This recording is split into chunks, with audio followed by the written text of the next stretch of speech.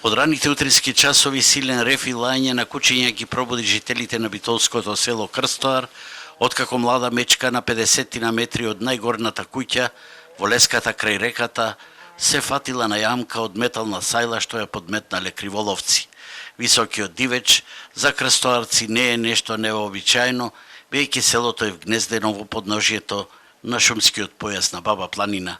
Екипата на Алфа, во придружба на ловџиите од ловното друштво Сокол, кои се концесионери на овие терени, стаса на самото место. Жална беше сликата како младата мечка речиси загушена и дехидрирана се бори со металната примка, како што ја викаат ловџиите. На терено мечка една фатена во примка, тоа несовесни ловци кои местат стапици, викани јамки, ние ги викаме, со сајли, така да сега ево се организираме, ќе мора да ја успиеме за да ја пуштиме на слобода, иначе е ризично. Најбезбедно ние да успиеме мечката, заради нејзина безбедност и да се пушти на слобода. Кој го прави ова?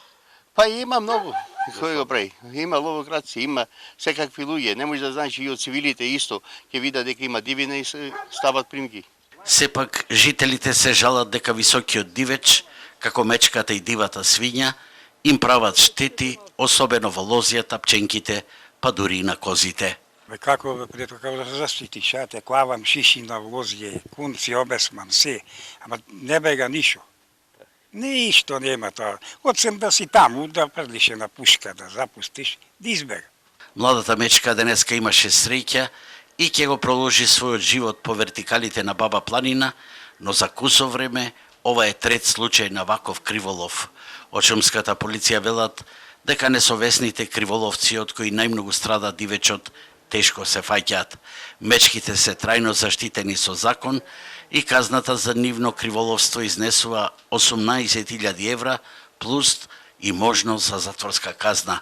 Државата пак во судска постапка ги надокнадува сите утврдени штети, а во Битолско најмногу си имаат офајдено пчеларите.